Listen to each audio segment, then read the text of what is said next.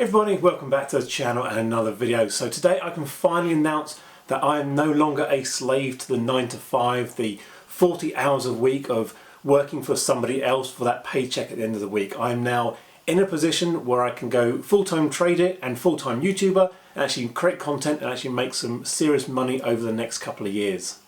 Now, when a lot of people make a decision to go away from their normal job and go full-time into another profession, whether it's retraining or restarting, or in this one is trading and investing, they usually think they need to have a significant amount of capital behind them, save up for those bills payments for the next 3 months, and hopefully it'll work out in that time and they're not going to get any significant debt. Now, I did it slightly differently that way. I worked on over the past 2 years building up a passive income stream to allow me to not have to worry about those bills coming in, give me the freedom and the expression to then go and do trading and look at other options that may come along my way. So this is not the first time I've been a full-time trader. Many years ago when I first started, I embarked on that journey. But again, naively, I thought I could just make all the money from trading. I didn't have the investment and the passive income side behind me. Now, the first book that really got me into trading I read was The Naked Trader. And a lot of things he said then are now ringing true now. And I actually understand it a lot more, having gone through a much more of a journey over the past 5 to 10 years of trading and getting into this position of being financially free.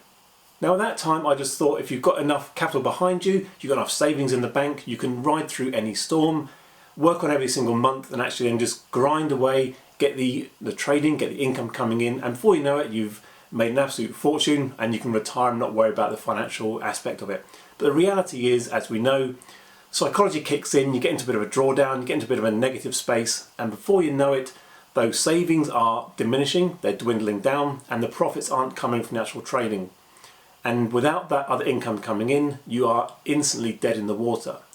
Now, many years ago, I was actually at a trading event. I was speaking to a BBC producer who was looking to make a TV show around trading, and they were telling me about particular traders who were on that same sort of path of literally having very small capital, very small account size, and trading every single day to just earn enough to survive. It was almost like, if I can earn $20, $50 that day, I can afford to eat. If I don't, I have to go hungry for the rest of the week. Now, for me, that's not the way to go forward. You really have to have that solid basis of making sure your outgoings, your cash flow is in the right state so that the money coming in can cover those things off.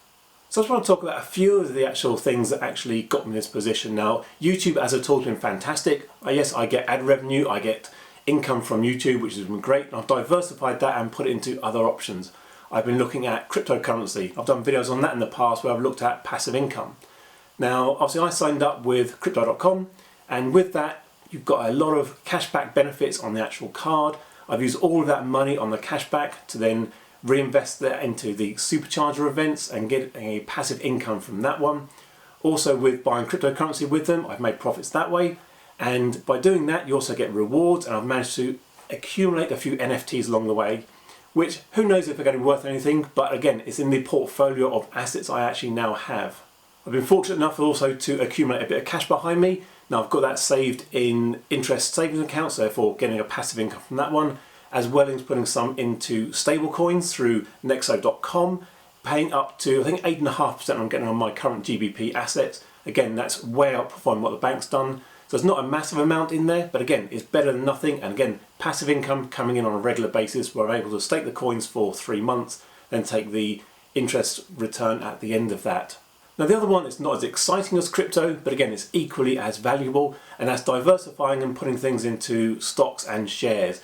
Looking for high dividend yield shares that you can actually build into the portfolio. And then again, every 6 months when they go through their dividend payouts, you get another income as well, where again, I've been reinvesting that back into the shares and getting more and more as time goes by. So again, it's all those things that enable the small amount of money you have to grow, accumulate, compound over a period of time to then really give that passive income. And I'll put links to all those products in the description below, so if you want to go and check them out, a lot of them do actually give cash incentives. For example, sign up with Nexo.com and you get a $25 in Bitcoin. Now again, don't think it's been easy over the past couple of years. It has actually been quite tough. I've had to sacrifice going on as many holidays as I would like to.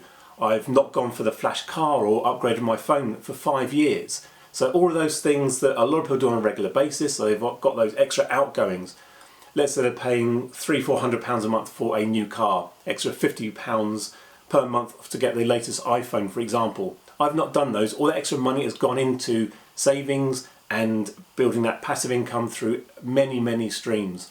Now, the journey is different for everybody. I'm not going to say that mine is the right way. This is not the best financial advice by any stretch of the imagination, but anyone can do this no matter what age you start.